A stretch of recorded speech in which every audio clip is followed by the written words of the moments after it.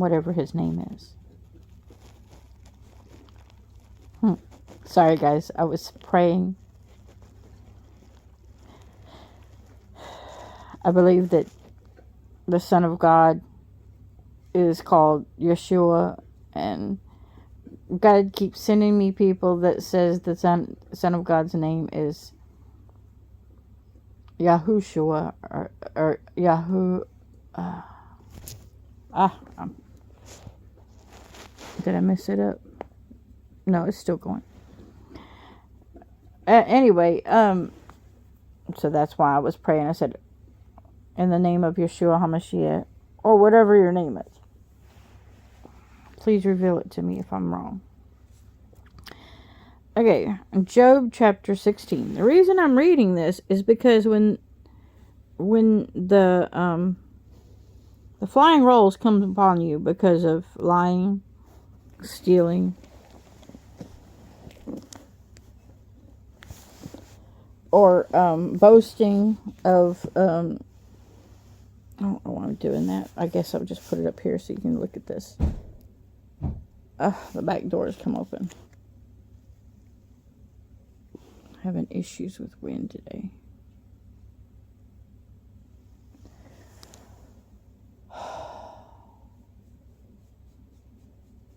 Anyway, the flying rolls are causing judgment to come upon people. Fire, hailstone,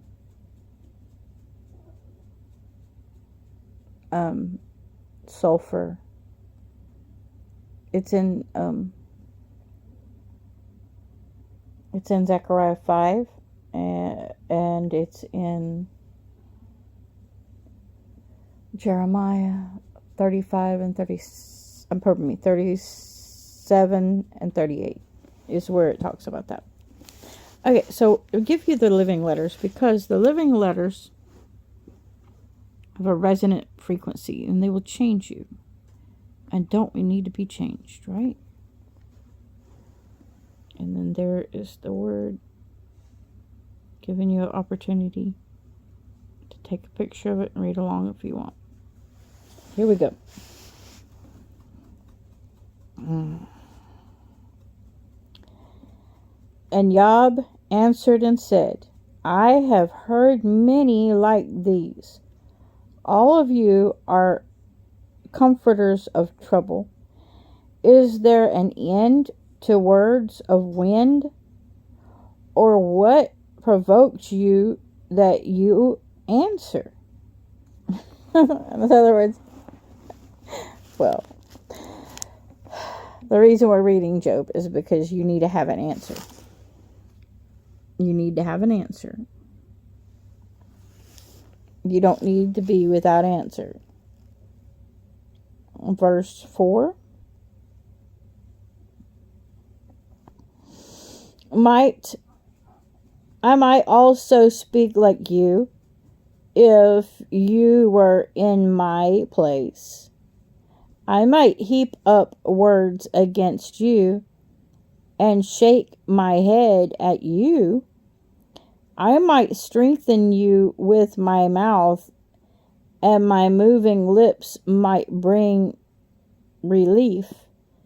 If I speak, my pain is not relieved. And if I refrain, does it leave me? In other words, I'm still miserable either way, right? Verse 7. But now he has wearied me. You have stunned all my company. Interesting. And you have plucked me, and it is a witness, and my failure rises up against me. It bears witness to my face. Okay, he's saying, you know what? Y'all made sense. There's some of this that's making sense. Because he says it bears witness to his face. So his pride has now come down. He's humbling himself.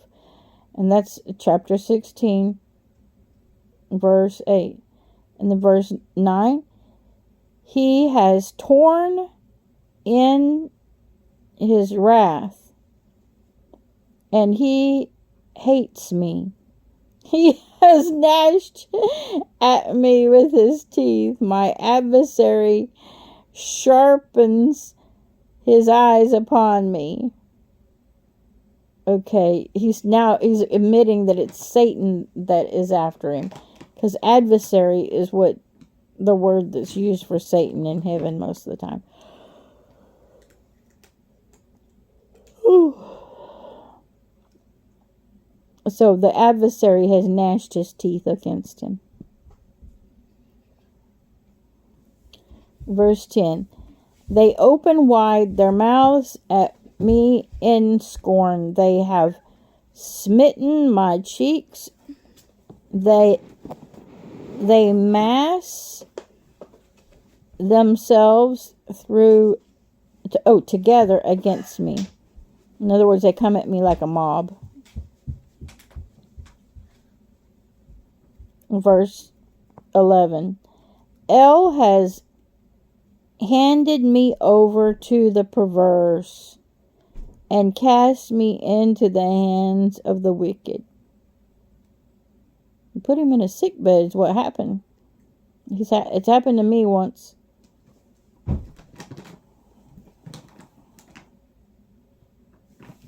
And it's in order to save your soul if this happens to you.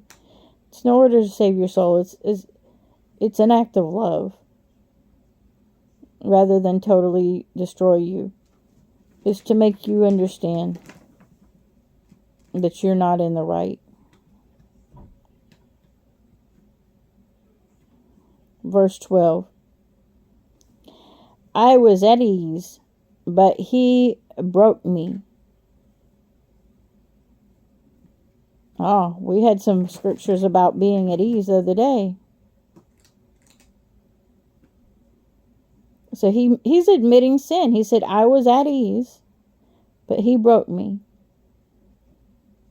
And he took me by my neck and shattered me. And he has stood me up for his target. Verse 13. His archers surround me. He splits my kidneys in two and does not spare. He pours out my bile on the ground. That means his gallbladder's not working either, probably. And he made a breach in me. Breach upon breach. He runs upon me like a mighty man. I've experienced that. I had a breach in me from being around evildoers. If you're in a demonic teaching church, you better get out, because that's what's happening right now. It's just like 2020. The judgments of God are here. They try to explain it away, but you can't explain it away this time. Verse 15. I sewed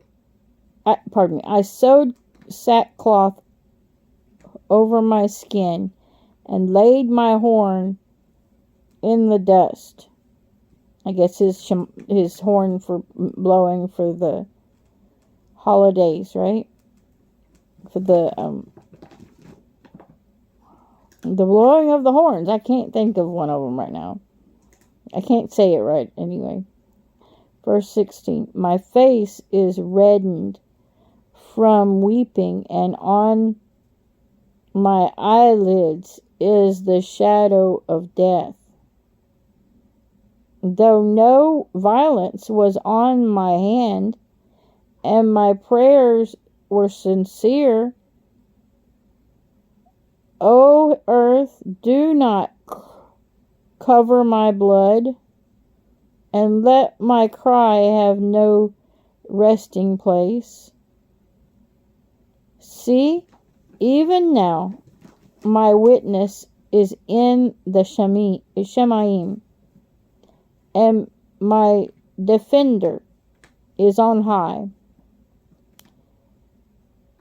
My friends are they that scorn me. My eyes pour out tears to Eloah. I have one might plead for a man with, I have one might. Instead of mighty, it says might. I have one might. I guess it means like I have one request. Plead for a man with Eloah, as a man with his neighbor. When a few years are past, then I shall go the way of no return. At least now he's saying, I'm sure God will give me a few years, right? So the interesting part here is this part about the blood. Let's see if I can get it so you can see it.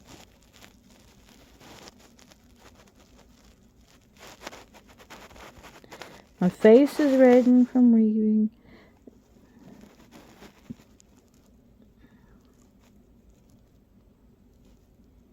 Yeah, so verse 18. O earth, do not cover my blood. So there's your prayer. If you feel like you're in the